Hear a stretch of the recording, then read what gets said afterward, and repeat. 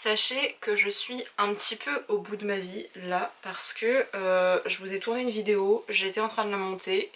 Mon Mac m'a dit plus d'espace sur ton disque dur et j'ai donc fait de la place sur mon disque dur parce qu'en plus j'avais une mise à jour à faire, bref. Voilà, et en fait j'ai mal lu un truc, je me suis dit bah oui, supprimer les documents que j'ai. Et quand j'ai appuyé sur supprimer, j'ai vu documents iMovie. J'ai supprimé du coup tout ce qui était sur ma bibliothèque d'iMovie. Le truc c'est qu'hier soir je n'avais plus de place sur ma carte mémoire et je me suis dit bah je peux supprimer toutes mes vidéos puisque j'ai encore de l'espace de stockage. Voilà, je suis bête comme... J'ai pas envie d'être insultante avec un élément de la nature, mais bref, je suis bête.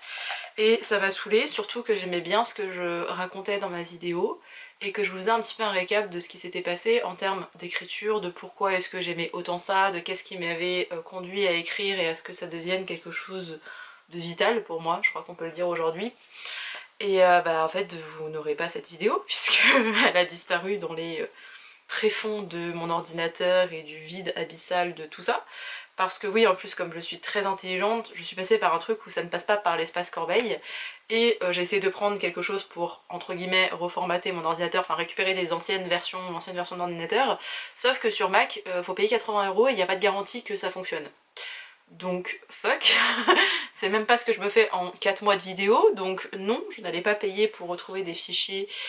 Et voilà, je vais juste apprendre de mes erreurs en sachant que vraiment quand j'ai fait le montage et que j'ai vu que mon espace était saturé, j'ai eu un flashback de moi en mois de décembre en train de faire une nuit blanche pour faire le montage de ma vidéo Corée.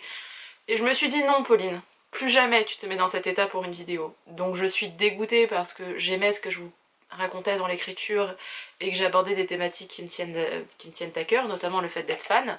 Et le fait d'être fanatique, ça joue dans mon histoire, donc ça avait son importance que j'en parle. Mais c'est pas grave, la journée est passée, j'ai eu le temps de faire le deuil aujourd'hui, j'ai surtout fait 2 heures de sieste et je pense que c'était nécessaire pour que je me mette pas dans un état pitoyable. Là je suis de bonne humeur, il est 20 h et j'attaque une vidéo écriture un peu sous format blabla, vlog, je ne sais pas trop comment ce sera constitué. Peut-être qu'il n'y aura qu'un seul plan qui est celui-ci, peut-être que je vous montrerai l'évolution sur les prochains jours slash les prochaines semaines. Mais j'avais très envie de parler d'écriture. J'ai vu aussi que Margot avait sorti une vidéo du coup il y a 2 jours, je ne l'ai pas encore vue, donc si jamais ça fait écho à des choses qu'elle a dit, ça fait écho à des choses qu'elle a dit. Ça fait des années que j'écris, j'ai pas attendu Margot pour ça.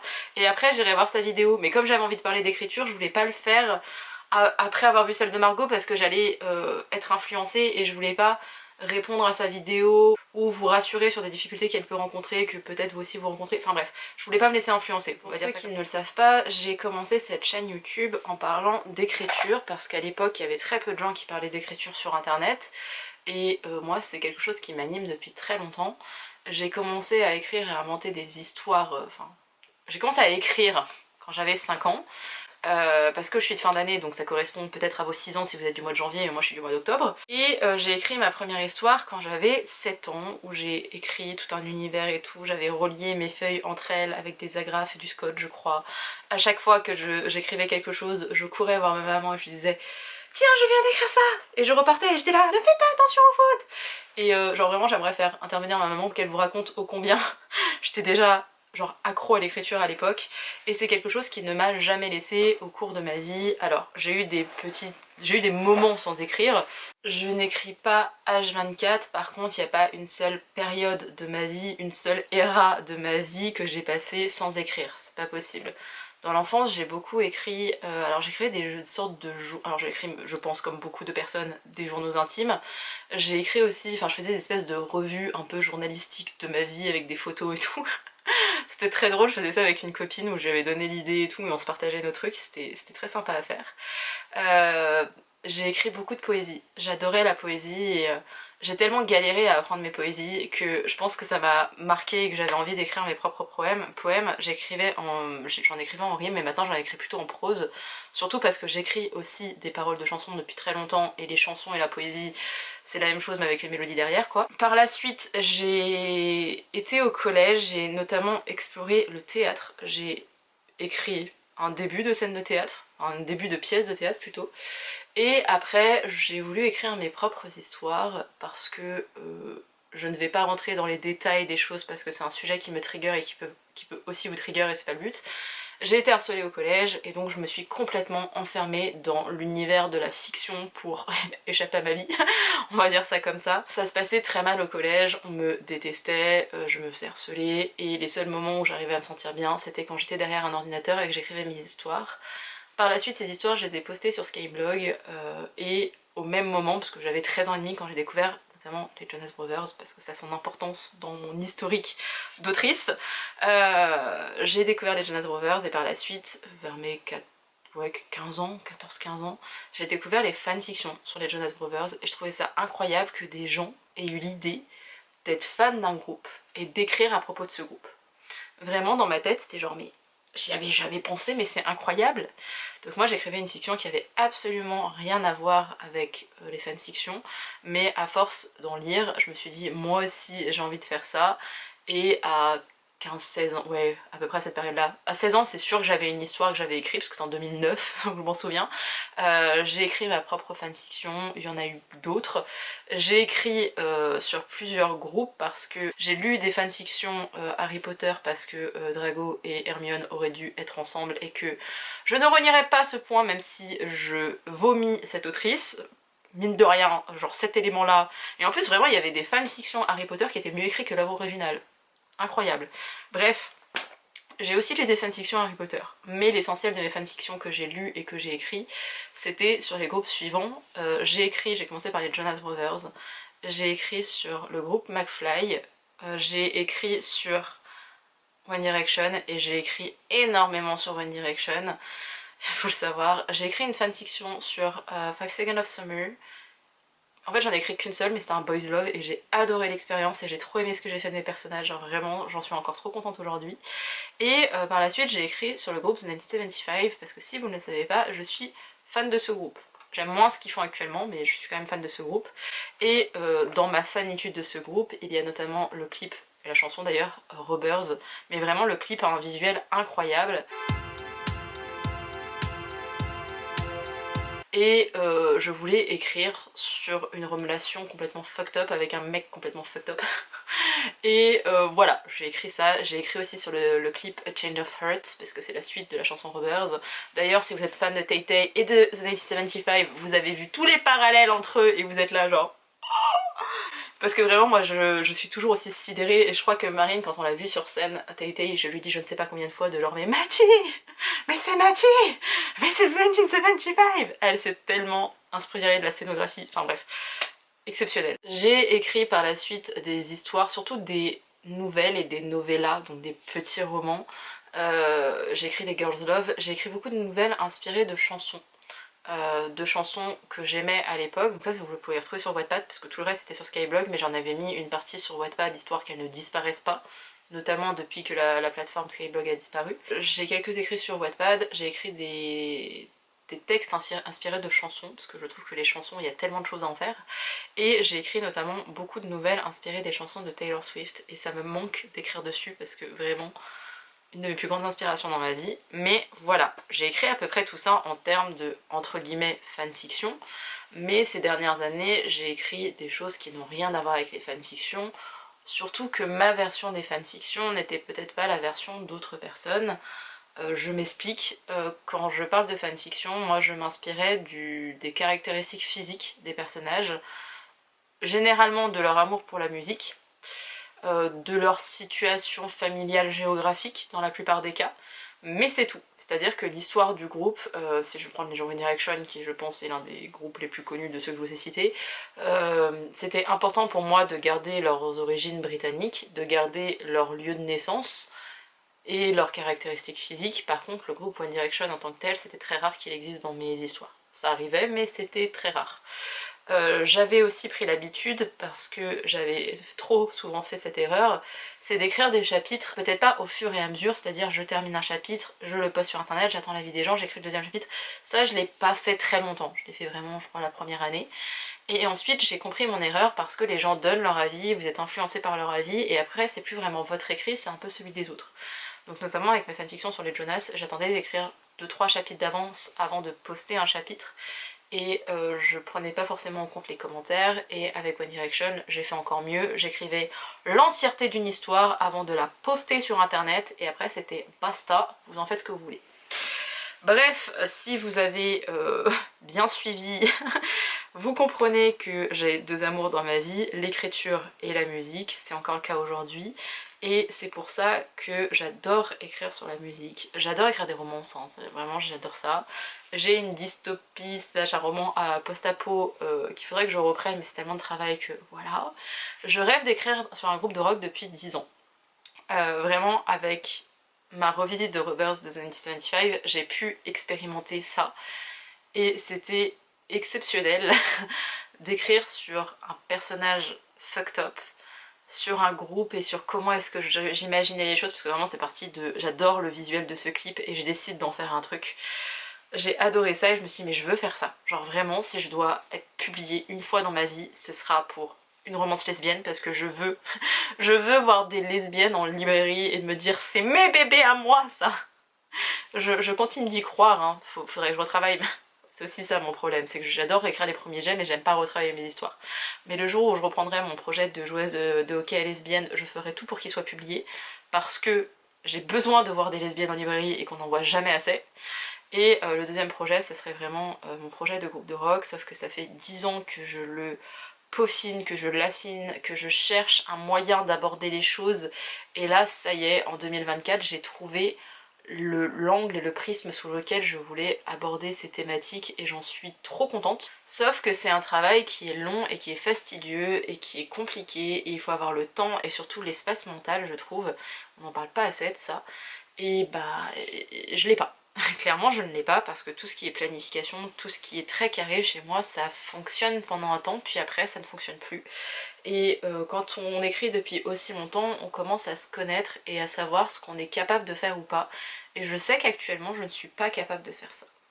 Mais la grosse frustrée que je suis, elle ne peut pas passer trop de temps sans écrire et ces 5 dernières années, vous l'avez vu d'ailleurs sur la chaîne, vous avez découvert ma passion pour la littérature coréenne et on va dire ma passion entre guillemets pour la Corée. J'ai peur que ça soit perçu comme du fétichisme alors que non, c'est pas ma vision des choses. Je ne veux pas aller en Corée pour me trouver un coréen oppa, je veux aller en Corée pour aller sur l'île de Jeju et faire le tour des musées et me dire waouh, cette île est extraordinaire et exceptionnelle et elle a une histoire tellement forte et j'ai hâte d'être dans 1 an et demi pour aller bouffer des clémentines là-bas.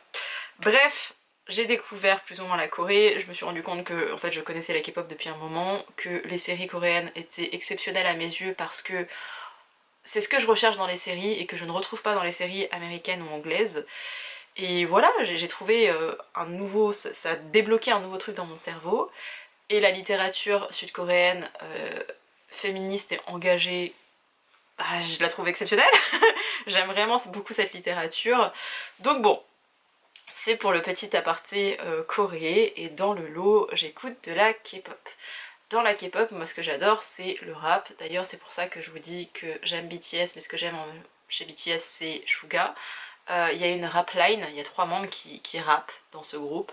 Et Suga est vraiment un excellent rappeur, même en dehors de l'aspect K-pop, genre vraiment il a sa place en tant que rappeur. Avant d'être fan du rock, enfin avant de m'intéresser au rock et de faire partie de ce monde-là, de cet univers-là, j'avais 13 ans à peu près.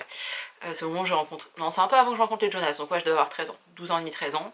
Avant ça j'écoutais beaucoup de rap parce que avant le rap français était engagé, était... c'est des vrais gens qui rappaient sur des problèmes du quotidien, sur des injustices sociales, et bon, vous savez j'ai des valeurs assez fortes concernant ces thématiques là et j'adorais ça. Et après le rap a changé de cap, le rock m'a vraiment fait du bien et j'adore musicalement le rock, mais avec la venue de la K-pop dans ma vie je me suis dit vraiment le rap c'était une valeur forte de ma vie et donc tout naturellement j'ai voulu aussi m'intéresser à la K-pop et un peu entre guillemets l'envers du décor de la K-pop. On va se le dire, le milieu hollywoodien est à chier, il y a plein de scandales avec des actrices américaines, l'industrie musicale aux États-Unis est aussi chaotique, mais on va blâmer la Corée parce que comme ça vient pas de l'Occident et que ça vient pas des Américains, c'est plus facile de leur taper dessus. Je vais pas dire que tout est beau et tout est rose dans la K-pop, je vais pas faire un tel affront. Par contre, quand vous prenez l'histoire de la Corée, la K-pop, ça s'insère aussi dedans, et tout ce qui va avec, c'est pas si choquant que ça pour le pays. Ça veut pas dire qu'en tant que Française, ça ne me révolte pas, c'est juste que je ne vais pas blâmer des idoles qui sont les victimes de tout ça, alors que le problème, c'est la concurrence qu'il y a chez les jeunes dès leur très jeune âge, on dit dès l'enfance, et que ça se perpétue jusqu'à leur arrivée à la fac, et même après, avec leur entrée dans le monde du travail. La jeunesse d'aujourd'hui en Corée est en souffrance, c'est le taux de suicide le plus élevé au monde, c'est pas sans raison. Il n'y a pas une politique qui fait que ça va s'améliorer, et c'est aussi pour ça que de moins en moins de gens veulent avoir des enfants. C'est l'une des raisons pour lesquelles les gens veulent de moins en moins de faire d'enfants aussi là-bas. Bref, il y a plein de problèmes liés à ça, mais je vais pas cracher sur la K-pop parce que c'est de la K-pop. Quand j'ai découvert les K-dramas, très peu de temps après, je me suis dit que je voulais écrire quelque chose d'inspiré des K-dramas, donc j'ai écrit une romance dans cette mouvance-là. Je savais que c'était pas réaliste, que ce serait jamais publié, j'avais même pas cette vocation-là, je voulais juste écrire une histoire qui me fasse plaisir et que j'écrive vite et que ça me fasse du bien. Chose que j'ai faite, et l'année dernière, en 2024, j'ai décidé d'écrire une autre histoire qui s'appelle The Plot.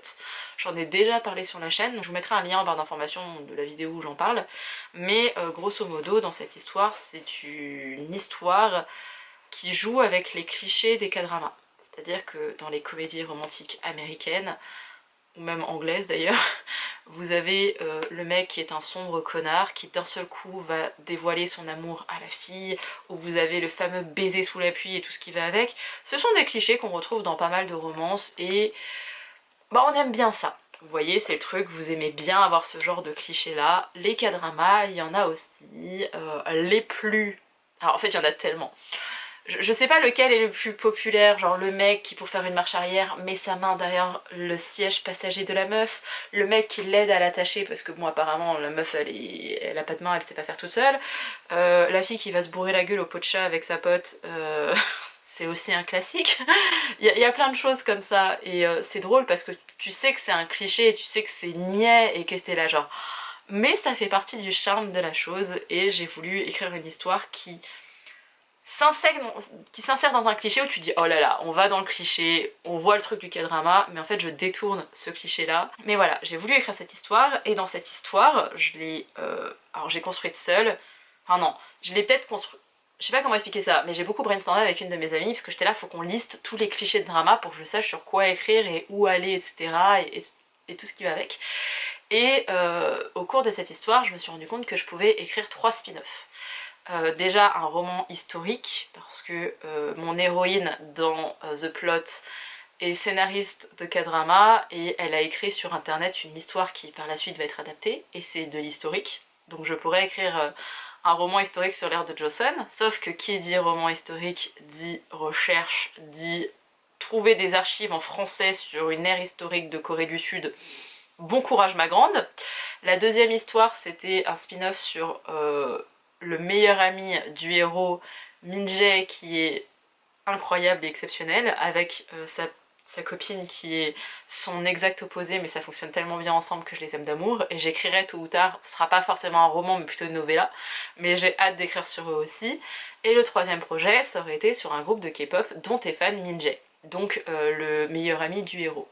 En sachant que dans The Plot, le groupe Wasted Potential, mon groupe de K-pop, est pas omniprésent, mais il est quand même là. Il est quand même présent puisque chacun des personnages a un rapport à ce groupe. Quand j'ai voulu relire The Plot pour réécrire The Plot, j'ai vu toutes les incohérences et tout le travail qui me restait à faire et j'étais là waouh.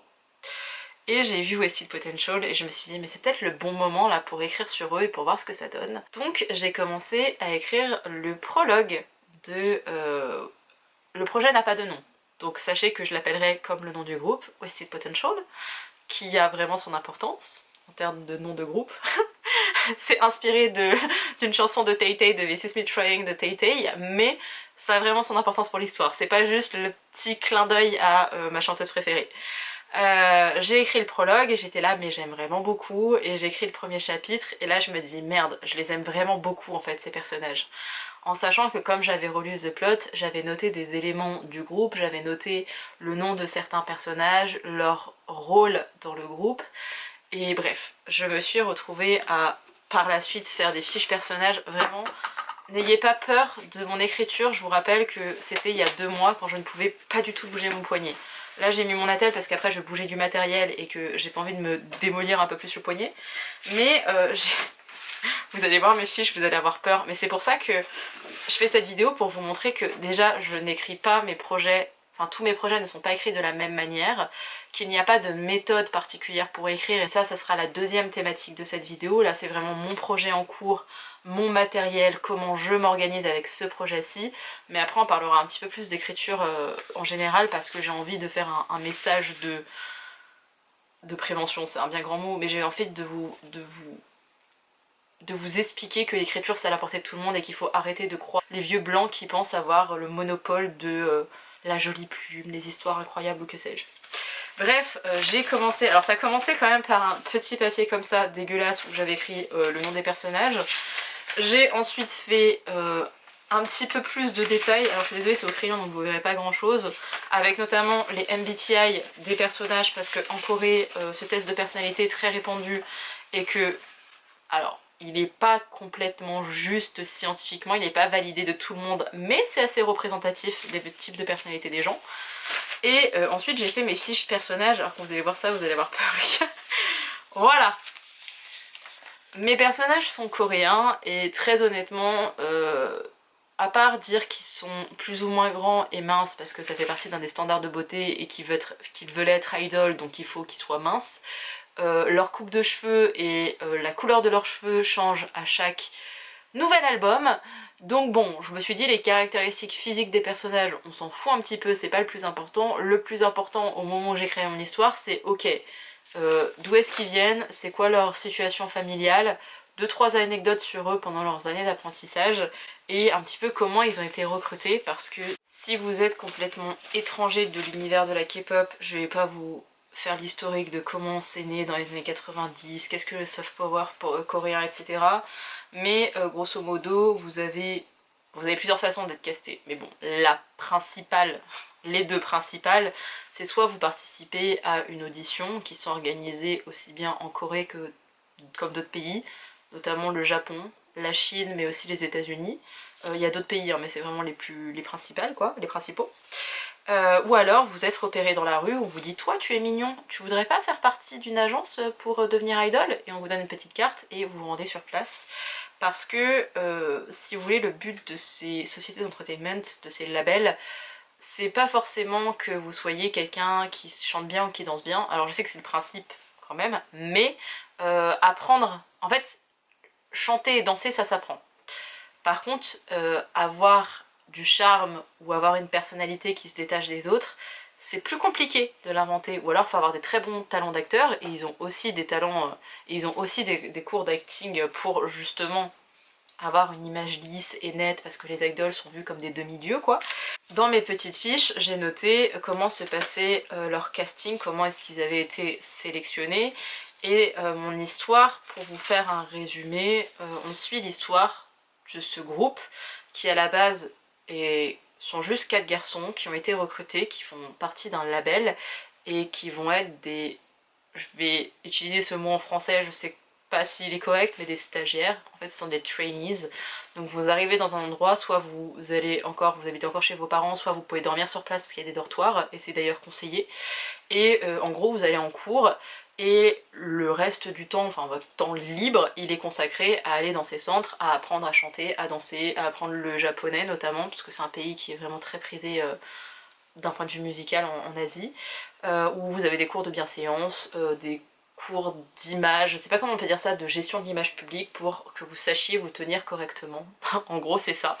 Vous avez plein de cours différents qui vous sont dispensés, vous dormez très peu, vous passez votre temps à vous entraîner et à espérer ne pas vous faire éliminer lors d'évaluations. Et le fait d'être doué ne vous permettra pas forcément de réussir à faire partie d'un groupe de K-pop et à ce qu'on appelle débuter dans le milieu, c'est-à-dire que vous suivez un entraînement, des gens sont éliminés et à la fin ils vont garder que certains membres, certaines personnes qui vont débuter, donc qui vont pouvoir avoir une chance en fait, d'avoir un album ou un EP en tout cas, avoir un single, on fait débuter ces gens, mais derrière il n'y a aucune garantie que ce groupe fonctionne. De même que la Corée, c'est un peu le pays de la cancel culture. Le moindre petit impair peut causer la fin de votre carrière. Quand je parle de moindre petit impair, je ne parle pas du scandale du Burning Sun, parce que là c'est vraiment l'extrême de la chose. On parle pas d'un réseau de prostitution. Enfin même pas de prostitution, c'est clairement des idoles et des gens plus ou moins connus qui ont été, qui payaient des filles pour les droguer et les violer. Je vous laisse vous renseigner là-dessus. Quand je parle de scandale qu'il peut y avoir dans la K-pop, c'est que on est quand même sur des jeunes qui n'ont pas le droit d'être en couple. Parce que les idoles doivent se consacrer aux fans et que s'ils ont des petits amis, petites amies, bah, ils pourront pas être genre voués à la nation ou que sais-je. Et donc c'est très mal vu par les fans, il ne faut pas que ça soit su, parce qu'en plus la Corée, c'est le paradoxe de la Corée, c'est que tout le monde est en couple, genre vraiment c'est le pays des couples, mais les idoles ne doivent pas l'être. C'est très mal perçu quand vous êtes en couple, il y a des gens qui doivent cesser leur carrière, quitter leur groupe à cause de ça. C'est pas tout le monde, mais ça arrive. Vous ne devez pas fumer, je parle de fumer du tabac en plus de ça, mais c'est mal vu pour une idole de fumer. Bref, vous avez plein de choses comme ça qui peuvent vite vous condamner en termes d'image publique, au point que vous deviez quitter le groupe pour pas faire de l'ombre aux autres membres, voire même, vous êtes complètement... tout votre groupe est cancel par rapport à vos actions. Vos actions qui ne sont pas forcément des choses graves. On parle pas de délit ou de crime, hein. On parle vraiment d'avoir une petite amie. Parfois vous pouvez être condamné par les fans pour ça, et on parle beaucoup des fans coréennes dans ce cas-là, mais il y a des gens même en Occident qui sont aussi extrêmes avec les idoles. Ça c'est vraiment le comportement des fans et comment est-ce que c'est perçu en Corée. Et personnellement dans mon histoire j'ai décidé de parler de 4 jeunes qui vont plus ou moins devenir amis, on va les suivre pendant leurs années de training, pendant qu'ils sont stagiaires. On va voir un petit peu les pressions qu'ils subissent, parce qu'il y a énormément de pressions qui sont mises sur ces jeunes. Mon plus jeune membre, enfin le membre le plus jeune de mon groupe a 11 ans quand il débarque en tant que stagiaire, et c'est quelque chose qui se fait de plus en plus souvent, et mon groupe ne va pas débuter. Faut le savoir, ils vont former un groupe mais ils ne vont pas débuter, et du coup mon petit jeune de 11 ans il a 14 ans quand il apprend que son rêve est brisé, qu'il ne débutera pas avec son groupe de copains et que en gros sa carrière dans la K-pop est fichue. En tout cas en apparence.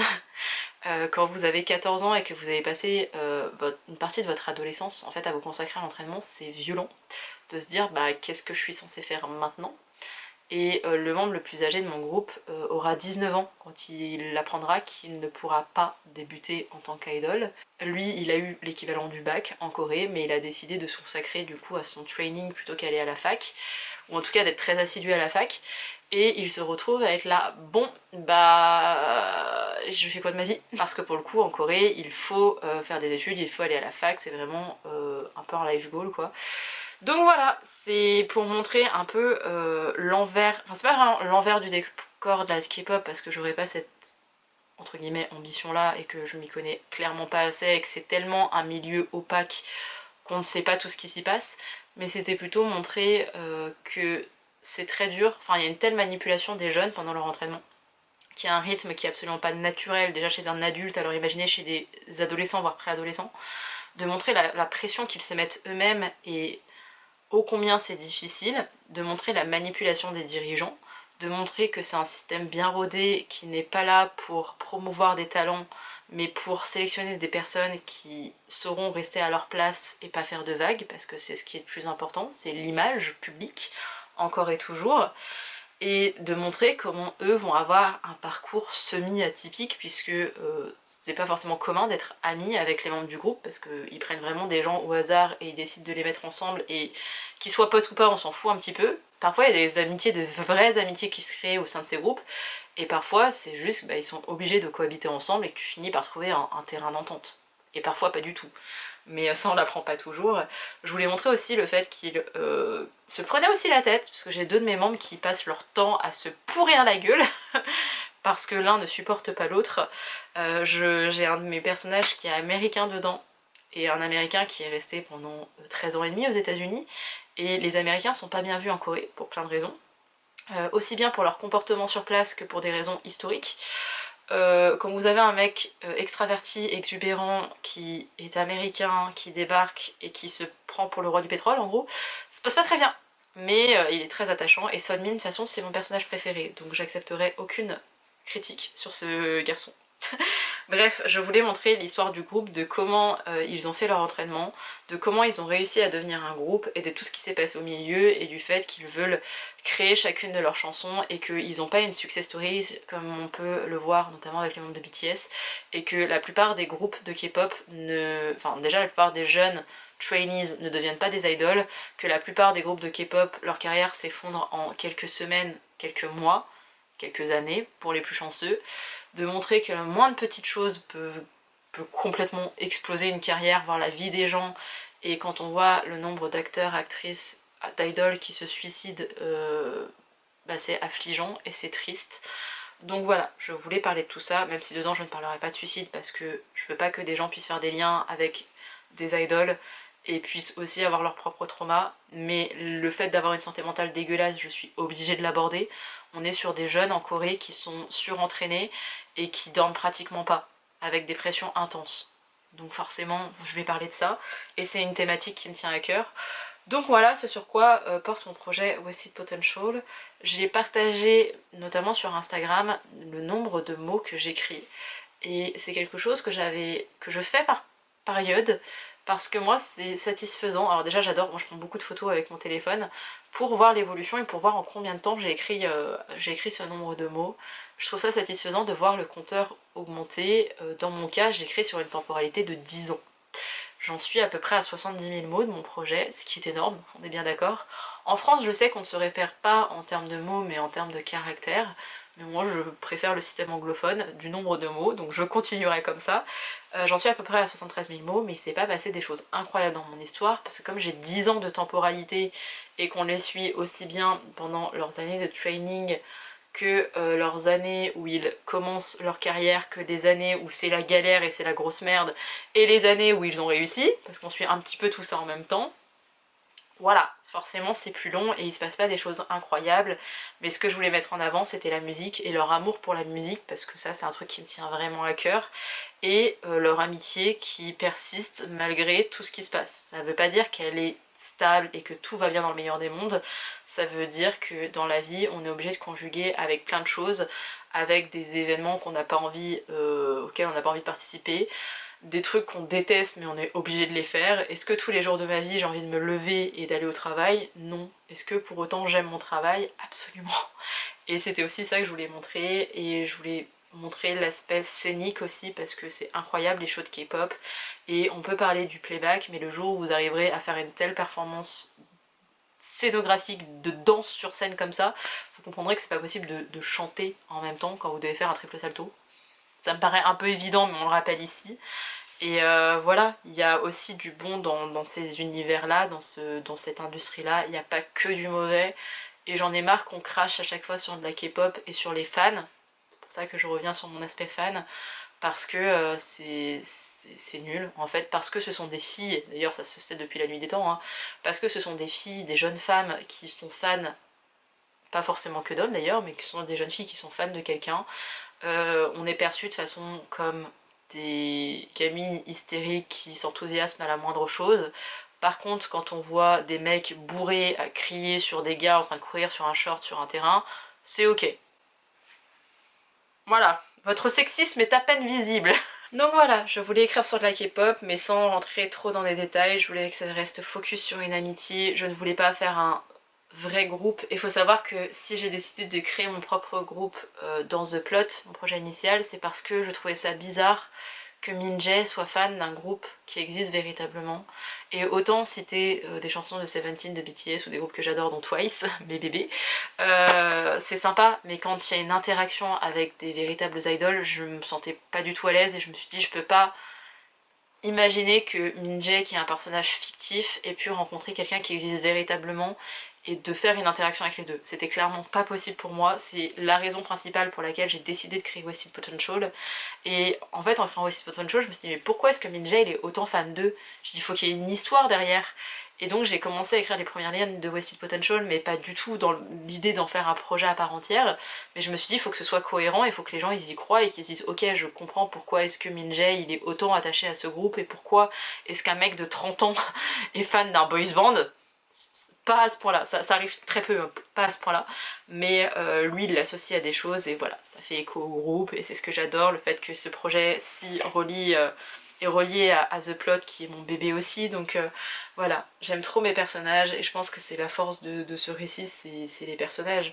J'ai vraiment bossé à fond sur eux, sur leur interaction entre eux, sur le fait qu'ils aient des personnalités, mais j'ai vraiment pris des personnalités à l'opposé, c'est la première fois que je cherche autant de caractéristiques sur des personnalités et comment est-ce qu'elles peuvent fonctionner entre elles, en sachant que quand j'écrivais, j'avais déjà des premiers traits qui arrivaient, mais bref, j'ai fait un truc cohérent en termes de personnalité. En termes de business, pas forcément, parce que je vous l'ai dit, il y a une opacité dans le monde de la K-pop, on saura jamais ce qui s'y passe, et je voulais pas juste dénoncer et dire que c'était que des choses mauvaises, parce que c'est pas forcément le cas. Si vous êtes pas bon dans un aspect scientifique, vous avez quand même la chance de pouvoir vous diriger vers un milieu artistique, et pour la Corée ça c'est assez innovant et c'est bien. Donc voilà, il faut savoir que la musique ça permet aux gens aussi, comme les événements sportifs, hein, ça permet aux gens de se changer les idées et d'oublier les problèmes du pays, hein, c'est une stratégie politique qui est aussi employée. Donc voilà, j'ai écrit sur ce projet-ci. Actuellement, Wasted Potential c'est tout ça. Je vous ai dit à peu près 70 000 mots, en termes de pages on est là-dessus. Voilà, vous savez mon prologue, regardez ça. Oh, oh. Je sais pas si ça fait beaucoup en fait pour vous, mais c'est assez lourd en fait. Et je crois que ça regroupe... je vais vous donner le nombre de pages exact parce que là j'ai réussi à mettre les... Là actuellement j'en suis à 150 pages tout pile. Regardez-moi ça. 150. Je crois que ça fait pas le close-up. Si, voilà. Donc j'avoue être assez fière de moi parce que malgré toutes mes galères qui m'arrivent, et c'est là où on va parler du côté un peu plus deep de l'écriture, avec toutes les galères qui me sont arrivées dernièrement, je vous avoue que j'avais besoin de quelque chose auquel me rattacher, et l'écriture est la chose à laquelle j'arrive toujours à me raccrocher dans ma vie. Je vous ai dit c'est quelque chose qui ne m'a jamais quitté selon les différentes périodes de mon existence. J'ai toujours eu l'écriture, enfin mon imaginaire. C'est pas que l'écriture, c'est vraiment, j'ai toujours eu beaucoup d'imagination et c'est ce qui m'a sauvée, c'est ce qui me permet de m'extraire de ma vie et de mes problèmes pour pouvoir les gérer. C'est ma personnalité, ma façon de fonctionner plutôt, et ça me fait vraiment du bien. Et voilà, là, vraiment actuellement, alors j'ai mon poignet qui a un problème parce que je vais apprendre demain pour moi, donc je ne sais pas quand pour vous. Si je me fais opérer, et si jamais je me fais pas opérer, qu'est-ce qu'on fait de moi? Parce que j'ai toujours mal et que mon ligament il va pas se rattacher à mon os par miracle. Ça a engendré aussi des pertes de salaire assez importantes parce que j'ai perdu pratiquement la moitié de mon salaire. Parce que, bref, quand vous travaillez pour l'État mais que vous n'êtes pas titulaire de votre poste, c'est la merde. J'ai des problèmes de voiture, je ne vais plus avoir de voiture. J'ai eu un problème, ça peut paraître futile à ce point-là, hein. J'ai aussi un problème de machine à laver et là j'ai eu un problème de vidéo. Donc si vous voulez, mes problèmes se sont tous accumulés et tous en même temps parce que bon, autrement ce serait pas drôle. Et je vous avoue que c'était là, là c'est un petit peu beaucoup quand même. Surtout que fin 2024, j'ai eu des annonces en termes de diagnostic, etc. Et je reviendrai bientôt sur YouTube pour reparler de santé mentale parce que je vois trop de conneries dites que ce soit sur YouTube ou même sur TikTok, que marre. J'ai envie de vous donner des vraies infos et de vous parler aussi de mon expérience. Donc je reviendrai tôt ou tard pour vous en parler, mais j'ai eu des révélations et c'est des trucs qu'il faut aussi... faut aussi les digérer, les accumuler et en faire quelque chose. Et là j'ai un dossier MDPH à faire mais je suis toujours pas prête à le faire. Donc bon, je me suis dit c'est bien de trouver un moyen de m'échapper de ma réalité et l'écriture me permet de faire ça. Et quand vous allez pas bien, c'est tellement thérapeutique. Et même quand vous allez bien, parce que avant j'écrivais exclusivement, genre mon adolescence, c'est que quand j'allais pas bien que j'arrivais à écrire. Et maintenant que j'aille bien ou pas, c'est vraiment juste quelque chose qui me passionne, qui me fascine, que j'adore. Et j'incite tout le monde à écrire parce que, comme je vous l'ai dit, il n'y a pas de véritable école pour apprendre à écrire. Je sais qu'il y a des masters en création littéraire qui sont surtout populaires dans les pays anglo-saxons. Et vous pouvez apprendre des schémas, vous pouvez apprendre la construction de texte. Bon, vous pouvez retrouver tout ça sur internet, il n'y a pas besoin de chercher trop loin. Mais il y a une chose qu'on ne nous dit pas assez, qu'on ne vous dit pas assez, c'est que tout le monde est capable d'écrire. Tout le monde a une idée d'histoire, de choses qu'elle aimerait faire, mais les gens s'interdisent de le faire parce que ils pensent ne pas avoir la plume appropriée pour le faire. Sachez une chose, si on devait supprimer le nom des personnages, qu'on vous mettait 20 romances devant vous ou 20 classiques devant vous, vous ferez pas la différence entre ce qu'a écrit Zola et Maupassant, vous ferez pas la différence entre ce qu'a écrit Morgane Maucombe et Neil Gorman, vous ferez pas de différence par rapport à ça en termes de tournure de phrase ou de plume qui serait meilleure qu'une autre. Vous ne verrez pas la différence. Selon les époques, on est bien d'accord, si vous prenez un contemporain de, j'en sais rien, Virginie Grimaldi et vous prenez Madame de Bovary, oui, il y aura une différence. C'est pas les mêmes, si on va dire que c'est les mêmes genres, mais c'est pas les mêmes époques, donc c'est logique. Vraiment, c'est normal. Vous êtes beaucoup d'entre vous et d'entre nous à lire des traductions. Vous pouvez pas dire que la plume de l'auteur ou de l'autrice est bonne. C'est la plume du traducteur en fait que vous êtes en train de lire. Parce que le traducteur a fait des études pour ne pas traduire littéralement chacun des mots qui est écrit de l'anglais, de le passer de l'anglais au français, mais de faire un truc qui est cohérent et qui s'insère dans l'histoire et dans l'intention qu'a voulu mettre l'auteur. C'est pour ça qu'il y a des traducteurs qui sont très bons et des auteurs de langue originale qui disent vraiment apparemment vous traduisez très bien mes bouquins. Parce qu'il y a des gens qui arrivent à saisir le message de l'auteur ou sa façon d'écrire ou ce qu'il veut montrer et qu'ils arrivent à le retranscrire en français. C'est pas littéralement mot pour mot ce qu'a écrit l'auteur original, c'est une traduction. Et pour autant, vous kiffez ces bouquins-ci, et vous pouvez pas dire « j'adore la plume de l'auteur, elle est exceptionnelle ». Non, ce que vous adorez, c'est sa façon de mener l'intrigue, c'est sa façon de créer ses personnages, c'est parfois la beauté de certains dialogues, mais vous savez quoi, les dialogues, c'est la chose la plus simple au monde à écrire. Vraiment. Vous parlez plus ou moins au quotidien, vous vous en inspirez. En plus, on baigne dans tellement de choses où vous allumez la télé, vous voyez des séries, vous voyez des films, même dans des documentaires, de partout il y a des dialogues en fait. Oui, il y a l'aspect image et très visuel, mais il y a toujours des dialogues, il y a toujours des mots, et plus vous allez lire, parce que ça compte un petit peu de lire, je dis pas que c'est primordial, mais ça compte quand même, plus vous allez lire, plus vous allez aussi enrichir votre vocabulaire. De même que quand vous écrivez, vous n'allez pas employer le mot dire à chaque fois que votre personnage doit parler, donc plutôt que d'utiliser le mot dire, vous allez chercher des synonymes, et à force de chercher des synonymes pour certains verbes, bah en fait vous emmagasinez aussi de nouveaux mots, ou en tout cas vous explorez un peu plus de choses, et vous avez toujours plus de mots, et du coup votre plume devient plus riche. Je vais plutôt parler de plume qui est enrichie plutôt que de beauté de plume. Je sais que l'un des compliments que je recevais le plus quand j'écrivais des histoires et qui ressortent encore maintenant, c'est que je sais bien manier mes personnages, je sais faire des personnages attachants et entiers. Par contre, si vous me demandez mon principal défaut, je ne sais pas écrire des... Alors, je mets pas assez de description, ça je le sais, et je suis pas très bonne pour les scènes d'action. Genre les trucs de mouvement, etc. C'est pas quelque chose que j'aime faire, donc ça se ressent que j'en mets pas tant que ça. Parfois ça manque et parfois c'est juste bah on sait que t'es comme ça et que t'écris du contemporain donc c'est pas trop gênant. Mais si un jour tu te risques à écrire de la fantaisie, voilà. Alors je n'aime pas la fantaisie donc j'en écrirai sûrement jamais.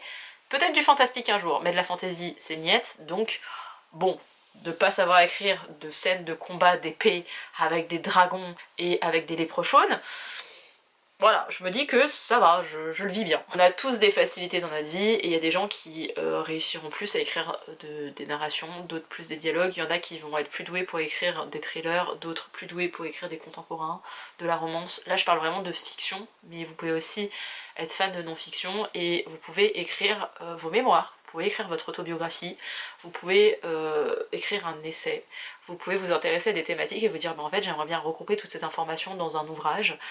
Vous êtes libre, en fait votre seule limite c'est votre imagination, et quand je dis ça vous allez me dire oui mais moi j'ai pas d'imagination. Est-ce que vous avez vraiment pas d'imagination, ou est-ce que vous avez pas confiance en vous, vous avez une mauvaise estime de vous et vous pensez ne pas être capable de le faire? Est-ce que vous avez déjà essayé? Et est-ce que essayer ne vous a pas appris aussi des choses sur vous? Et vraiment, j'ai écrit je ne sais pas combien de projets, j'en ai aussi abandonné plein. Moi j'aime bien faire la distinction entre une idée et un concept, et je pense que c'est ça la seule différence qu'il y a véritablement entre un auteur et quelqu'un qui a une idée, c'est que vous avez des gens qui vont avoir une idée, c'est genre ah j'aimerais écrire là-dessus. Ils vont commencer leur truc et en fait ils n'ont pas assez d'éléments. Sauf que soit vous restez à cette stade de ah bah j'ai une idée mais en fait il n'y a rien qui va derrière, vous vous abandonnez, vous êtes là bah voilà, c'est pas pour moi, et c'est ok, enfin des fois il y a des gens qui vont essayer d'écrire et qui se disent bah en fait j'aime pas ça, et vous avez le droit de pas aimer. Moi il y a des choses que je n'aime pas et c'est ok. Et il y a des gens qui vont se dire bah attends, j'ai vraiment envie d'écrire là-dessus mais il me manque des éléments, bah je vais faire des recherches. Donc des recherches sur des lieux, sur bah par exemple vous voulez parler d'une maladie mentale ou d'une maladie physique, je vais faire des recherches là-dessus.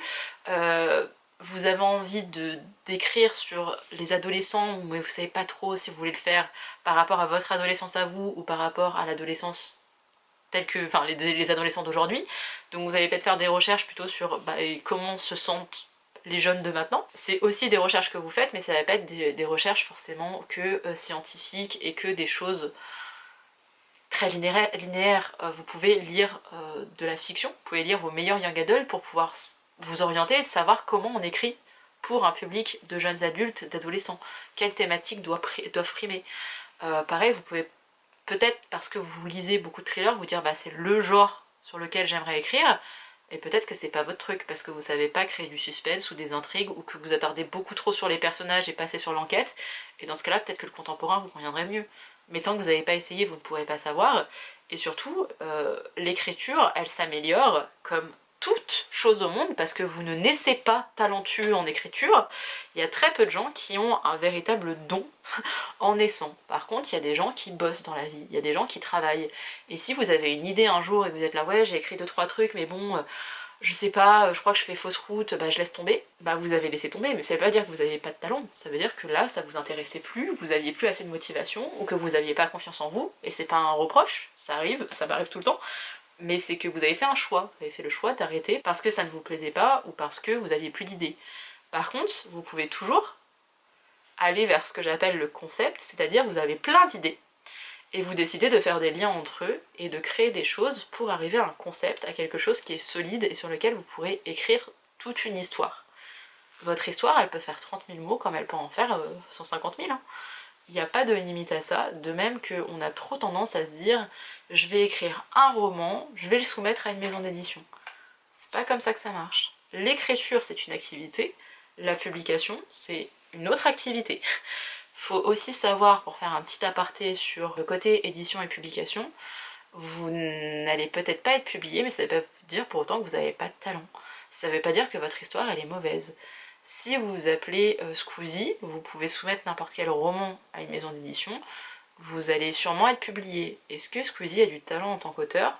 J'en sais rien, je l'ai jamais lu, mais sa popularité et son influence fait qu'on le publiera. Ce qui fait que les politiques arrivent à sortir je ne sais pas combien d'autobiographies par an sur leur vie, etc. C'est pas parce qu'ils sont doués en écriture, d'ailleurs leurs bouquins sont souvent coécrits, mais le nom de la personne qui a coécrit / écrit pratiquement tout le bouquin, selon des entretiens écrits en tout petit, parce que ce sont des personnalités publiques et qu'elles sont médiatisées, elles ont plus de chances d'être publiées. Si vous connaissez des gens dans l'industrie de l'édition, vous avez plus de chances d'être publié. Ça ne veut pas dire que vous avez zéro chance si vous n'avez pas de contact ou pas d'influence, ça veut juste dire que vous avez moins de chance. De même que si vous visez une petite maison d'édition, potentiellement ce sont des éditeurs qui vont vous lire directement.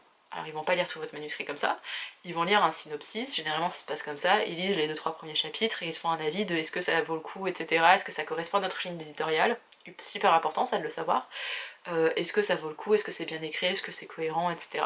Si vous visez une grosse maison d'édition, vous êtes lu par des stagiaires généralement, ou des comités ou des comités de lecture, vous avez moins de chances d'être repéré parce qu'il y a aussi plus de manuscrits qui sont envoyés dans ces grandes maisons d'édition et que ils vont pas forcément prendre le risque de prendre quelqu'un qui est primo-auteur, qui n'a pas été publié avant, dont l'histoire est sympa, mais est-ce que ça se vend? Parce que c'est pareil, il y a des mouvements, il y a des modes. Il y a 15 ans, vous écriviez sur les vampires, c'était exceptionnel. Il y a 10 ans, c'était la dystopie. Actuellement, si vous écrivez de la romantasy, ou si vous écrivez même la dark romance, vous avez plus de chances de vous faire publier. Ou en tout cas, c'est ce qu'on recherche. Donc en tout cas, vous serez... Alors bon, si vous envoyez de la dark romance à Michel Lafon, peut-être pas le bon deal. Par contre, si vous l'envoyez à Hugo Roman, Voilà, faut aussi savoir faire ses recherches et savoir à qui on l'envoie. De même, n'envoyez pas en premier jet. Il y a des choses qui sont quand même logiques. Vous n'allez pas forcément être publié, mais ça veut pas dire pour autant que votre manuscrit est mauvais ou que vous n'avez pas de talent. Parce que peut-être que si vous le renvoyez 2 mois plus tard, il sera lu par une autre personne et qui va dire mais super, peut-être qu'on vous fera un retour en vous disant on vous prend pas mais il y a des bonnes choses à améliorer et genre renvoyez-nous quand vous aurez fait ces modifications.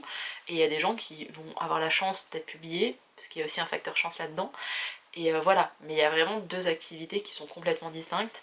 Et je pense que quand vous décidez de vous lancer dans la poterie, dans la céramique, vous vous dites pas je vais en faire mon activité principale. Je pense pas que c'est la première chose qui vous vient à l'idée quand vous faites ça. De même que quand vous êtes en train de colorier, la première chose qui vous vient à l'idée c'est pas genre bah là je suis en train de colorier donc demain je vais créer ma propre marque de feutre et faire mes propres coloriages qui seront vendus dans tous les centres culturels de France. C'est pour ça que je tiens à remettre l'écriture dans son contexte et dans ce qu'il en est. L'écriture c'est une activité créative. Je vous ai parlé du coloriage, on va parler du diamond painting, on va parler de la peinture. Tout le monde ne va pas avoir vocation à faire quelque chose de ces activités. C'est-à-dire que vous pouvez vous lancer dans la peinture parce que vous avez envie d'essayer, que ça vous tente, et au début vous risquez d'être mauvais. Et les 98% des gens seront mauvais en essayant de dessiner ou de peindre. Et il y a des gens qui ont un peu plus, entre guillemets, cette fibre artistique, ce fameux don. Il y a des gens qui sont plus doués, mais des gens doués qui ne s'entraînent pas, ça va pas leur permettre d'évoluer, de progresser et de pouvoir faire quelque chose de leur art, de pouvoir potentiellement en vivre. Ce qui fait que les gens arrivent généralement à vivre de leur art, c'est l'entraînement. Vous allez écrire vos... Franchement, on lirait mes premières fanfictions, je les retrouverai plus parce que c'était sur Skyblog et stocké sur des ordinateurs qui fonctionnent plus chez moi. Mais ma première histoire sur les Jonas Brothers, elle était à chier.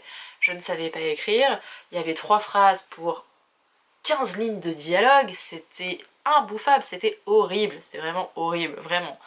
Maintenant, ce que je fais, je vais pas dire que c'est excellent, mais j'ai glow up, parce que pendant des années j'ai écrit.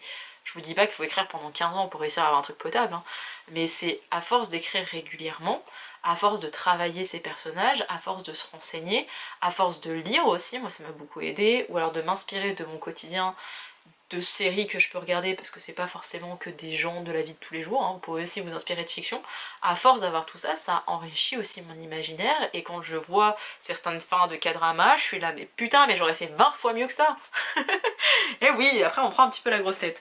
Mais il n'y a pas de bon ou de mauvais auteur. C'est pas parce que vous êtes publié ou que vous êtes auteur de best-seller que vous êtes plus légitime qu'une personne qui n'a jamais été publiée. La plume, c'est vraiment subjectif. Parce que si on prend en termes littéral d'une jolie plume, les jolies plumes, on va les retrouver souvent dans le théâtre ou dans la poésie.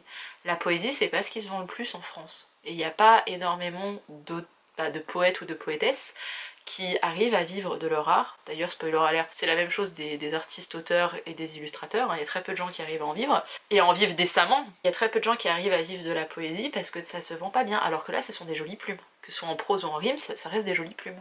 Mais c'est pas ce qui se vend. Parce que les gens, ils veulent pas des jolies plumes, ils veulent des histoires bien racontées. Ils veulent aussi avoir le petit bandeau rouge du prix Goncourt, parce que ça se vend mieux quand il y a un prix Goncourt, alors que le prix Goncourt, on sait que c'est complètement de l'entre-soi. Comme la plupart des prix qui existent d'ailleurs. C'est que des vieux et vieilles personnes qui font partie de l'élite de l'édition, qui se retrouvent ensemble pour dire tel bouquin, oh c'est mon copain qui l'a écrit, ou oh c'est mon éditeur qui l'a publié, donc on va peut-être le mettre en avant. Oh bah ouais, parce que c'est toujours les mêmes maisons d'édition qu'on retrouve au prix Goncourt, et au prix Renaudot c'est la même chose, et Femina, c'est exactement pareil en fait. Tout ce genre de prix se valent, mais ça fait bien et ça fait vendre des bouquins juste parce que vous avez un petit bandeau. Est-ce que pour autant le livre, c'était le même en fait avant son élection, mais d'un seul coup ça devient le livre à voir, le livre à lire. Est-ce que ces gens sont devenus plus talentueux grâce à un bandeau sur un livre? Je ne crois pas. Donc à chaque fois que vous vous sentez pas légitime à écrire et que vous dites qu'il y a plus doué que vous sur Terre, eh bien oui, il y a des gens qui sont plus doués que vous sur Terre. Il y a des gens qui font des choses incroyables tous les jours de leur vie, et il y a des gens qui écrivent mieux que vous, et qui écrivent 18 bouquins par an, et 18 bouquins de qualité, et il y en a d'autres qui vont en publier un tous les 4 ans, qui est aussi chaotique. Et c'est comme ça. Il y aura toujours des gens plus doués que vous, il y aura toujours des gens qui auront plus de popularité que vous, et il faut juste l'accepter. Et vraiment, encore et toujours, quand les gens disent j'ose pas me lancer dans l'écriture, c'est pas la même chose de je devrais me faire publier, j'ai peur de cet aspect-là. écrire c'est vraiment, c'est tellement thérapeutique pour moi, ça me fait tellement bien, ça me met tellement en joie. Et je trouve qu'il y a trop ce côté sacralisation de l'écriture, comme si c'était pas à la portée de tout le monde. Alors que vraiment, si vous avez un ordinateur, je vous conseillerais un ordinateur quand même, parce que c'est plus pratique, et que quand votre cerveau est à fond, vos mains, généralement on est quand même plus doué pour écrire en informatique. Si vous êtes plus rapide en manuel, prenez un carnet et un stylo, des feuilles et un stylo, vous n'avez pas besoin de grand chose pour écrire, juste votre cerveau, vos mains, et votre imaginaire, et vraiment vous vous laissez libre cours à tout ça. Après, je vais vous montrer ma méthode pour le projet que j'ai en cours, la Westfield Potential. Mais de base, quand je me suis lancée dans ce projet, j'étais en mode ok, j'ai envie d'écrire sur tel truc, j'écris sur tel truc. J'ai pas réfléchi énormément. Il y a deux teams en termes d'écriture, c'est la seule chose qu'on retrouve régulièrement. Vous avez les architectes et les jardiniers. En gros, les architectes, ce sont les autoristes qui structurent tout, qui font un plan détaillé, qui ont des fiches personnages, qui savent exactement comment leur histoire commence, les péripéties qu'il va y avoir, comment ça va se terminer. Et les jardiniers, en gros, ce serait tous les autres. J'aime faire des plans et les plans sont jamais trop structurés parce que j'ai besoin d'avoir cette liberté là. Moi j'ai un cerveau qui est à la fois très cartésien et très chaotique et besoin de s'étendre dans tous les sens. Pendant des années je me suis blâmée pour ça et je cherchais des méthodes d'écriture qui ne me correspondaient pas. J'essayais de faire ce qui était bien, ce qui était recommandé, validé par les gens. Et en fait, il n'y a pas de véritable, j'ai pas de véritable conseil d'écriture à vous donner. Faut déjà se faire confiance pour se lancer et se dire que vous risquez rien. Même si vous perdez de votre temps, au moins vous aurez essayé. Et les premières fois quand vous avez appris à marcher, vous tombiez à chaque fois que vous essayez seulement de vous mettre debout, et après vous avez réussi à faire des petits pas, et puis après vous avez réussi à courir, et ça vous empêche pas, même maintenant adulte, de vous casser la gueule à des moments. Est-ce que pour autant vous êtes là genre oh non je suis condamnée, je peux pleurer, je pourrai plus jamais marcher? Bah non, ça fait partie de la vie aussi de se casser la gueule, de faire des erreurs, et c'est pas grave de perdre son temps avec une activité créative qui nous donnait envie.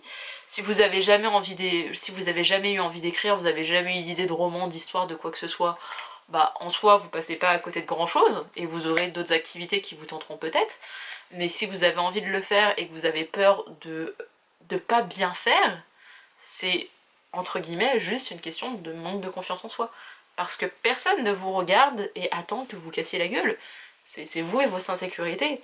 Et quand vous êtes en train de faire du coloriage, vous allez peut-être faire attention de ne pas dépasser, mais en soi vous allez vous lancer. Vous allez essayer, et vous savez qu'au début ça va pas être bon et que vous allez pas faire un truc exceptionnel. Même si vous lancez dans une tasse, vous voulez faire de la poterie, vous lancez dans une tasse et en fait vous faites un vase qui est complètement comme ça, vous êtes dégoûté, vous trouvez ça nul, soit vous abandonnez, vous y touchez plus jamais, soit vous continuez et à force de vous entraîner, vous allez faire un truc potable.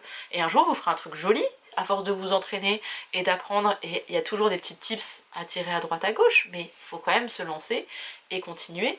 Et le seul vrai conseil que moi j'ai reçu dans ma vie, et c'est Nine qui l'avait dit dans une interview, un entretien, je ne sais plus, c'était il y a des années, c'était à l'époque où elle avait publié le pacte d'Emma, et elle avait expliqué qu'il n'y avait pas de moment parfait pour écrire, et c'est le seul tips que je vous donnerais, enfin il y en aurait deux. Il y aurait celui de Nine, qui est le suivant, c'est qu'il n'y a pas de moment idéal pour écrire.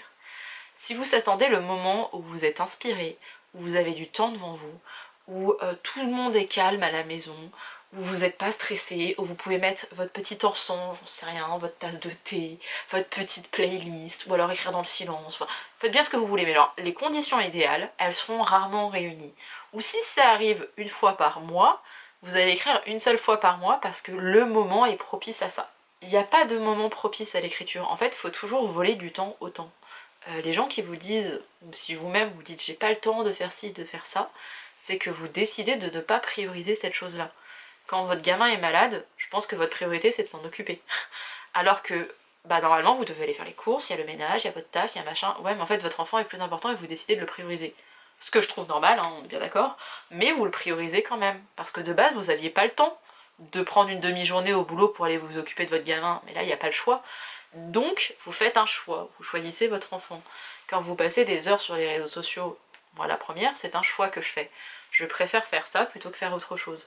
Parfois j'ai besoin de me vider le cerveau et de faire un truc qui ne me demande pas de concentration, on est bien d'accord, je suis pas en train de vous blâmer pour ça, mais vous avez le temps quand même, comme moi j'ai le temps. Sauf que des fois, mon temps je préfère le passer à regarder des vidéos de K-pop ou mes K-dramas, plutôt qu'écrire, plutôt que d'aller à la salle, plutôt que de... Oui, c'est aussi un choix qu'on fait. Il n'y aura pas de moment propice à l'écriture, il n'y aura pas de moment idéal pour ça. Emeline expliquait que notamment elle écrivait beaucoup sur son téléphone parce que au moins quand elle était dans les transports, elle a son téléphone, elle a sa musique, elle peut écrire des dialogues qu'elle a comme ça, des petits bouts d'histoire, etc. Et c'est quelque chose que je faisais déjà avant mais que je fais encore plus maintenant. C'est-à-dire que quand je suis dans le train, quand je vais quelque part et que j'ai une idée, plutôt que de me dire ah non mais là c'est pas le bon moment, j'écris mon truc. Je m'en fous si je le remodifie dans quelques jours ou si ça n'a même pas de sens ce que j'ai écrit et que je pensais que c'était la meilleure chose que j'ai écrite de ma vie. On s'en fout, au moins j'y ai pensé, je l'ai écrit, c'est quelque part et je pourrais le reprendre plus tard. Ou alors à un moment donné je vais pouvoir avoir 10 minutes devant moi, c'est un peu comme la liseuse, c'est pour ça que je la conseille à tout le monde, c'est que quand tu dois sortir ton bouquin, t'installer, avoir les conditions parfaites, tu les trouves pas. Par contre quand je sors ma liseuse parce que j'attends chez le médecin, parce que telle personne est en retard ou quoi, ma liseuse elle est là, j'ouvre mon truc, j'ai mon bouquin, je suis en train de lire. Peut-être qu'il y a du bruit, peut-être qu'il y a ci, peut-être qu'il y a ça. Au début on peut être paralysé par tout ça, des moments je suis encore paralysée par tout ça, et à d'autres moments je m'en fous, je suis dans ma bulle. C'est pareil avec l'écriture, j'ai envie d'écrire, je sors mon téléphone, j'écris 2-3 trucs.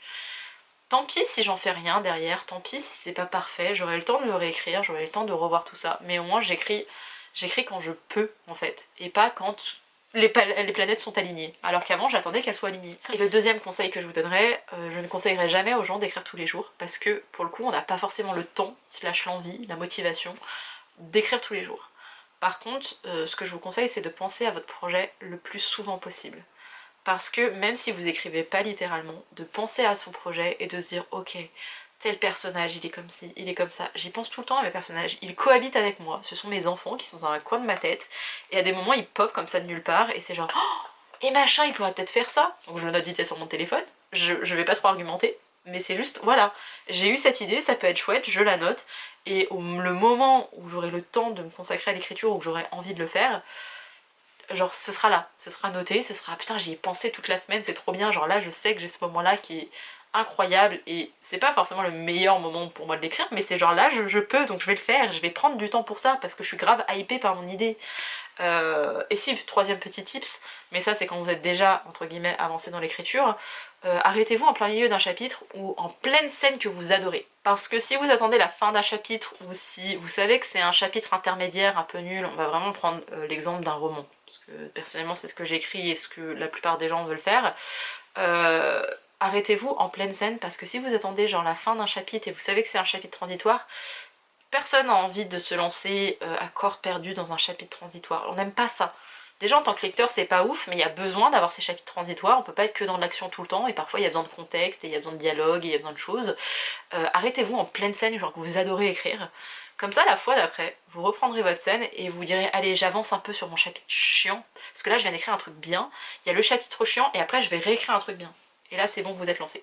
Ça c'est vraiment un de mes tips. Là typiquement je me suis arrêtée à la fin de mon chapitre 17, si je dis pas de bêtises. J'ai eu la pire idée au monde parce que je l'ai écrit, j'ai commencé mon chapitre 17 avant-hier. Je l'ai arrêté au bon moment. Hier j'écris la fin de mon chapitre. J'avais pas forcément d'idée pour la suite de mon histoire parce que je n'avais pas planifié.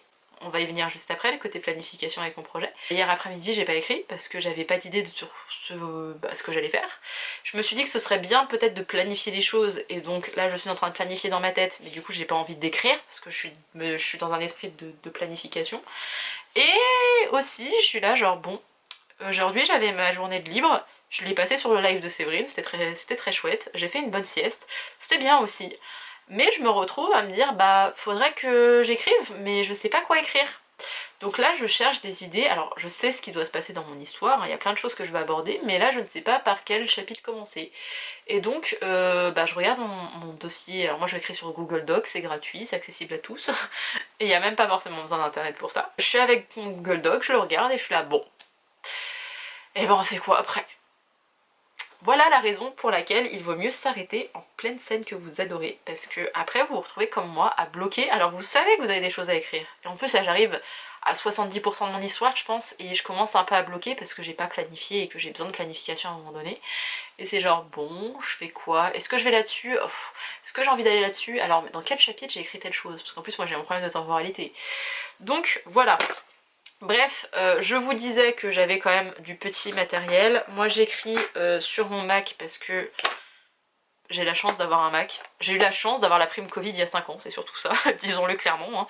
Hein. Mais j'écris sur ordinateur, j'écris via Google Doc, comme ça s'enregistre automatiquement. c'est sur internet, je peux le partager avec des gens, je peux envoyer le lien et ils peuvent soit le consulter, soit le corriger, soit écrire en même temps dessus. C'est aussi relié à mon téléphone, comme ça je peux tout imprimer via mon téléphone, c'est parfait. C'est gratuit, je trouve ça pratique, c'est... Je sais pas, je trouve que c'est le meilleur logiciel qui existe, moi ça me va très bien. Enfin, c'est plutôt un site qu'un logiciel. Mais j'aime bien le papier, vous le savez. Avant je faisais des carnets pour tous mes projets, sauf que ces dernières années j'ai changé par rapport à ça. Je vous dis ça alors que juste là j'ai mon petit carnet mi-fi qui comporte ce projet-ci, que j'ai affiché mais que j'ai pas encore écrit parce que si je me lance dans un autre projet, je vais abandonner mon projet en cours et qu'on ne veut pas. Pour le coup, pour ce projet-là, j'ai décidé d'écrire mes premiers éléments sur le carnet. C'était avant que j'ai mal à ma main aussi, ceci explique cela. Mais je sais pas si vous verrez bien, j'ai plein de pages avec l'écriture, pas forcément que de mon plan, mais aussi de mes petits personnages et ce que je veux mettre dans l'histoire. Et j'ai listé certains éléments ici qui regroupent mes chapitres. Alors c'est très général, et je vais pas vous faire un close-up dessus parce que ça vous spoilerait mon histoire, et que j'ai envie de la garder un peu pour moi. Mais j'ai décidé de faire ça pour ce projet-ci, et une fois que j'aurai terminé le projet de Wasted Potential, peut-être que j'irai là-dessus. Voilà, c'est pas encore sûr parce qu'entre temps j'aurai peut-être une autre idée d'histoire qui va popper, on n'en sait rien. Ensuite je vous ai montré mes petites fiches personnages que je fais sur des fiches volantes et qui sont pas très détaillées parce que c'était plutôt la partie training que j'ai détaillée là-dessus et la partie légèrement vie familiale, parce que là j'ai vraiment fait un projet full jardinière de je planifie rien. Sauf que comme je vous l'ai dit, on est sur une histoire avec une temporalité de 9-10 ans, donc je commence à bloquer et j'ai besoin d'avoir une frise. Pour ma frise, j'ai besoin de papier, je vous montrerai ça après. J'ai mon énorme compartiment à stylo, à feutre, toujours près de moi parce que je prends toujours des notes et que parfois il y a des éléments, je me dis tel personnage, il faut que je note ça parce que c'est important, je l'ai dit dans tel chapitre, mais je m'en souviendrai peut-être pas dans 3 semaines, donc voilà. J'ai mes petits feutres ici, je vous les montre vite fait parce que moi j'adore la papeterie et que je pense que vous êtes pareil. Je m'étais acheté ces feutres là chez Action, normalement c'est pour du coloriage mais ça va aussi très bien pour écrire sur mes fiches canson que je vous montrerai après. J'ai mes Faber-Castell parce que je les aime trop ceux-là, je vais vous montrer les petites pointes. Alors je pourrais pas trop faire un close-up avec ma main mais voilà. Je les aime beaucoup, je trouve que c'est les meilleurs que j'ai et j'ai plein de couleurs différentes.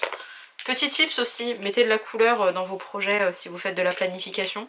Ça vous permet d'avoir un truc qui vous saute aux yeux et de pas vous ennuyer. En tout cas moi ça marche sur mon cerveau neuroatypique, donc voilà. Et j'ai les fameux Posca qui sont là. Alors j'ai plein de couleurs différentes encore, hein. Je vais pas tous vous les sortir. Mais moi j'aime pas du tout les Posca, je trouve que c'est de la merde. Alors je suis désolée, hein. Alors peut-être qu'en termes de coloriage c'est la meilleure chose au monde, mais en termes d'écriture je trouve pas ça fou.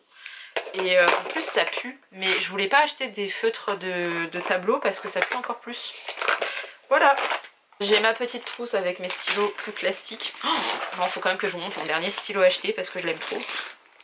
Regardez, je me suis acheté un stylo Fraise Tagada. Ouais, je sais, j'ai 3 ans et demi d'âge mental, mais je suis trop fan. Ensuite, je vais vous montrer la taille de mes feuilles et vous allez comprendre pourquoi la planification c'est important et que... Alors moi j'aime faire les choses en grand, mais vous n'êtes pas obligé de me suivre, hein. C'est vraiment pour ce projet-ci. Ah oui, c'est important aussi, ça que je le précise. Là je vous parle de ma construction de mon projet en cours. À chaque projet j'ai une organisation différente. Ne pensez pas que pour tous mes projets je fonctionne de cette façon-là. Pour celui-ci c'est comme ça, peut-être que pour la réécriture je fonctionnerai différemment, peut-être que pour un autre projet je reprendrai cette idée-là, même si pour mon idée de groupe de rock j'avais déjà, enfin d'ailleurs c'est la raison pour laquelle j'ai tout ce matériel, j'avais déjà acheté ce matos-là parce que c'était ce qu'il y avait de plus pratique. Donc peut-être que pour ce qui est question de grosse temporalité, ouais vraiment on est sur une temporalité de 10 ans, il y en a qui écrivent ça sur je ne sais pas combien d'années et moi chaque année il se passe des choses, il se passe plein d'événements, donc j'ai besoin de faire des frises, j'ai besoin d'avoir des éléments en me disant en telle année il se passe tout ça, en telle année il se passe tout ça, etc. Donc je trouve ça plus pratique avec des grands papiers. Après qu'on se le dise, je vis toute seule dans mon appartement, je suis tranquille, etc. On n'a pas tous cette liberté là, on est bien d'accord, mais perso je trouve ça pratique et j'aime bien écrire genre manuellement les choses pour de la planification. Pour tout ce qui est du brainstorming, j'écris maintenant aussi bien sur ordinateur que sur papier. Alors qu'avant je faisais tout le brainstorming sur papier, maintenant je varie les deux. J'utilise les notes de mon téléphone pour quelques références, etc. Comme là on est sur un groupe de K-pop, j'ai aussi commencé à écrire certaines chansons. Oui, parce que j'aime bien écrire mes chansons. Je vais vous montrer un petit peu mon matériel, le matériel que j'ai pour ce projet-ci et comment je m'organise. Et vu la taille de cette vidéo, je pense qu'on s'arrêtera là après. Mais je trouvais ça important de vous montrer mon organisation. Je reviendrai tôt ou tard pour vous expliquer pourquoi j'étais aussi absente. Et tout le temps que j'ai passé à ne pas être sur les réseaux sociaux, surtout pas sur YouTube, c'était parce que déjà ma santé mentale était un peu chaotique. Enfin niveau anxiété c'est pas ouf dans ma vie en ce moment. Et surtout je me suis consacrée corps et âme à ce projet d'écriture. Enfin j'ai écrit 70 000 mots. Alors mon dossier de Google Doc date du 9 janvier 2025. Mais il me semble l'avoir écrit avant. Mais je vous vois pas d'autres traces ailleurs. Donc bon. Voilà, sachez que ça fait peut-être qu'un mois et demi que j'écris ce projet, que j'en suis déjà à 70 000 mots. Mais en ce moment j'ai que ça à faire de mes journées, je vous ai dit je suis blessée, alors ça a été compliqué d'écrire à des moments, je mets toujours mon attel pour écrire, alors que normalement je suis plus censée la porter à part quand je fais des efforts, mais vraiment pour écrire c'est pas possible autrement. Mais The Plot je fais à peu près 70 000 mots aussi, et je l'ai écrit en 2 mois, donc ce serait pas si surprenant que ça. Ne vous comparez pas, genre vraiment j'écris vite, mais derrière faut que je fasse toutes les corrections, et c'est un enfer. Moi mes réécritures, c'est pour ça que je déteste réécrire mes histoires, c'est que il y a trop de choses à modifier. Il y a des gens qui écrivent vite mais qui modifient pas beaucoup de choses. Il y a des gens qui écrivent lentement mais qui modifient beaucoup de choses, ou des gens qui écrivent lentement et qui modifient pas beaucoup de choses. Il y a autant d'histoires et de méthodos qu'il y a de personnes sur Terre. Et moi je vous l'ai dit, chacun de mes projets a sa propre organisation. Donc on ne se compare pas aux autres ici, juste je vous explique mon expérience. Je vous incite à écrire si vous ressentez l'envie / le besoin d'écrire. Et je pense pas que ce sera du temps de perdu. Parce que si c'est quelque chose que vous vouliez faire, si vous échouez, vous dites bon bah écoute, c'est pas pour moi, mais au moins vous avez essayé et qui sait, ça donnera peut-être lieu à une histoire que vous voulez raconter. Et peut-être qu'un jour vous tenterez la publication, ou pas, vous n'êtes pas obligé d'ailleurs. Bref, parlons du matériel. J'écris sur des feuilles de la taille de l'enfer, c'est-à-dire cette taille-là. Je crois qu'on est sur l'A2, si je dis pas de bêtises. Donc j'ai besoin de matériel aussi approprié. Je vais vous montrer un petit peu mes petits outils. J'ai un mini chevalet, alors moi je m'en sers sur mon lit, mais vous pouvez vous en servir sur une table. Parce que c'est bien plus pratique. Je fais aussi ma peinture dessus, mais comme ça vous pouvez le mettre partout et vous pouvez le mettre partout. Parce que moi vraiment dans mon lit, le meilleur truc. Et je m'étais acheté ce carton là, qui est vraiment très rigide. Vous voyez, il y a la colle dessus parce que je colle mes... Alors je le colle pas avec la colle extra forte, je la colle avec... je sais pas si j'en ai encore ici. Avec les petits rouleaux de colle comme ça ça colle le papier, mais vous pouvez facilement le décoller sans déchirer votre feuille. Bref, je mets ma feuille ici et comme ça j'ai une surface dure. Je mets mon petit chevalet et donc je suis tranquille. Sur ces grandes feuilles là, pour Wasted Potential, j'ai décidé de faire ma frise chronologique. Alors j'ai pris 3 feuilles mais je pense que 2 me suffiront. Ah non, j'en ai même pris 4. Bref, je pense que 2 me suffiront. Je vais mettre les 2 feuilles comme ça côte à côte et je vais noter les différentes années de mon groupe parce que je vous le donne en 1000, jusqu'à présent j'avais pas mis les années pour mon groupe. Parce que, très maline, la fille, elle s'est dit bah non Pauline, tu sais que ton histoire, genre ton prologue se passe en telle année, tu sais que le premier chapitre c'est une émission de variété auquel est invité le groupe. Je sais que ça se passait en 2024 et j'étais là ok, on va remonter 9 ans plus tôt. Ce que j'ai mal calculé, c'est que mon groupe va échouer, il va y avoir 2 ans où il va rien se passer pour eux, une année de transition, et je pensais que ça allait démarrer derrière. Sauf qu'en écrivant, je me suis dit non, en fait, il faut qu'il y ait 2 ans de transition. Donc ma temporalité, ça fonctionne plus. Et j'ai fait le calcul la dernière fois, et enfin, la dernière fois, je crois que c'était avant-hier, hein, c'était vraiment il n'y a pas très longtemps, et c'est là où je me suis dit, ah merde, va falloir que je revoie les choses. Donc soit j'avance d'une année, soit je mets 2025. Mais il faut que je vois si ça correspond après pour le reste de mes histoires. Enfin pour le reste de l'histoire pour pas que ça se décale tout. Donc il faut de la planification. D'où l'intérêt de ma frise chronologique. J'ai aussi des petites fiches comme ça. C'est bien, j'ai 4 personnages principaux, donc chacun aura sa petite couleur. Et là pour le coup je vais faire des fiches personnages, mais pas tant par rapport à leur situation familiale ou leurs années de training parce que je les ai déjà ailleurs, mais plutôt pour noter bah en telle année il va se passer ça dans leur vie privée. Parce que bon, ils ont quand même le droit à une vie privée mes personnages, et il y a des trucs qui pourraient être intéressants, donc voilà. J'ai mes petits papiers de fiches personnages, et j'ai une autre couleur qui est un peu marronnée que je vais utiliser, que j'ai oublié de sortir de ma pochette. Et celle-ci, ça regroupera les noms des albums, les EP, les dates de sortie, les tournées promotionnelles, parce que ça je l'ai pas noté, parce que je suis pas encore là-dedans en termes d'écriture. Et j'ai aussi sorti ceci. Alors de base c'était une grande feuille que j'ai coupée en 2. Ça va être mes post-it de chapitres. C'est-à-dire que jusqu'à présent j'ai écrit en freestyle mais je ne sais plus ce qui se passe dans le chapitre... Alors je sais ce qui se passe dans le chapitre 1 en mode ça c'est l'émission de variété. Sauf qu'il y a peut-être des éléments au cours de cette émission de variété qui sont importantes de noter. Donc ce serait bien que je puisse les noter ici, genre quels personnages sont dans ce chapitre, leurs liens entre eux éventuellement, et que je sache dans le chapitre 1, grosso modo il se passe ça, dans le chapitre 2, grosso modo il se passe ça, sauf que, alors la taille des post-it, je sais même pas si j'ai des post-it traditionnels à côté de moi, j'ai des post-it transparents, mais au moins ça vous donnera une idée de la place. Quand vous avez ça, et que vous devez écrire un résumé de chapitre qui fait 5000 à 6000 mots, pas possible. Ok. Et mes autres petits post-it que j'ai, moi j'adore les post-it fantasy, j'ai des post-it mi-fi. Alors très mignon, très chou, mais vous notez pas non plus des chapitres, des résumés de chapitres dessus. Et je ne mettrai le petit résumé sous forme de tiret, pas trop argumenté, c'est vraiment pour avoir une idée et pour éviter à chaque fois de relire tout le chapitre pour savoir s'il se passe telle chose dans tel chapitre ou pas. Donc voilà, je vais écrire mes petits trucs, je vais déjà les dimensionner, mais je galère un peu à couper le papier, donc je pense que je vais exploiter mon papa et ma maman pour qu'ils me fassent des trucs bien. Et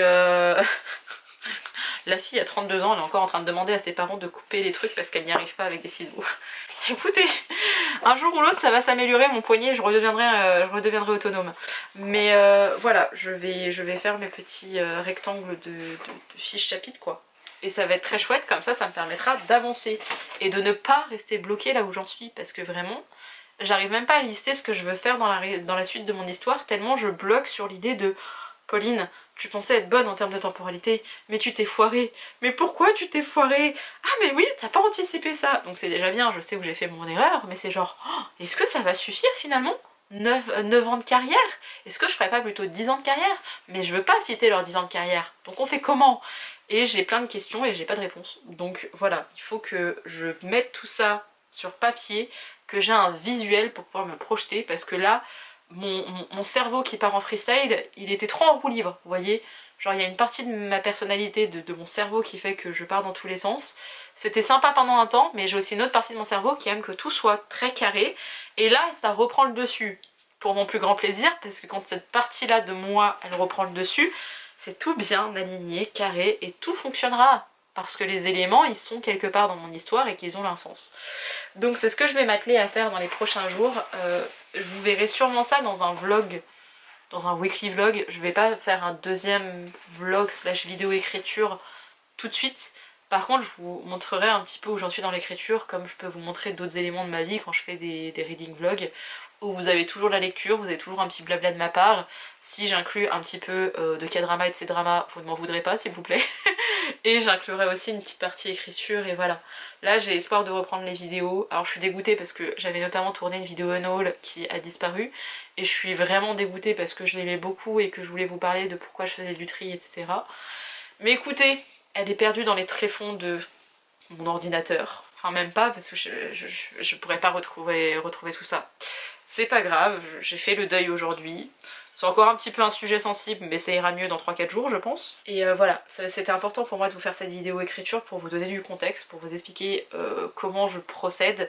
C'est quelque chose que Marine avait demandé dans l'une de ses vidéos, et je vous avoue qu'au début je voulais pas le faire parce que j'ai trop aimé écrire mon petit projet, tranquillement, dans mon coin, en le partageant brièvement avec une copine mais sans trop rentrer dans des détails, juste en lui disant oh, j'ai écrit une scène où il se passe ça, c'est trop mignon. Voilà, c'est tout ce qu'elle était au courant, même si elle a accès au Google Doc, elle l'a pas encore lu et bah voilà. Si, il y a une scène qu'elle a lue, elle a lu le prologue et elle était là, je pleure, et j'étais là, oui j'ai réussi. J'ai aussi chialé ma race en écrivant ce prologue.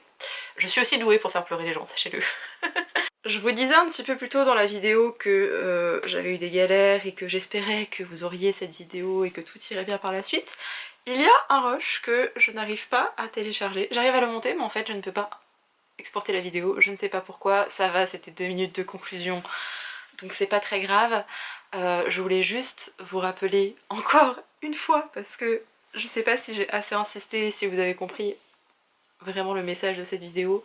Il y a d'une partie mon rapport à l'écriture et le projet sur lequel je travaille, mais aussi le rapport qu'on peut avoir à l'écriture à cause notamment de la lecture, à cause notamment du pays dans lequel on vit, si jamais vous êtes français, parce que je suis pas sûre que ça s'applique à tous les pays de la francophonie. Mais vraiment, si vous avez envie d'écrire, peu importe ce que c'est, lancez-vous, parce que ça vous apportera forcément quelque chose, et vu tout le bonheur que je ressens personnellement en écrivant, je suis sûre que ça vous apportera quelque chose et qu'on a beaucoup trop de tendance à se mettre la pression et à ne pas faire des choses parce qu'on a peur du résultat. C'est pas le résultat qui doit compter, c'est tout le process.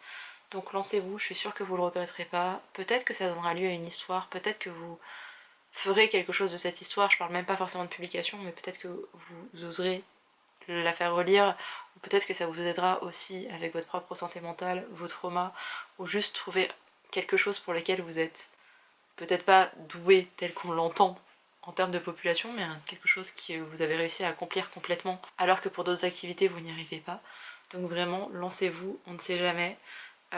J'espère que cette vidéo vous a plu.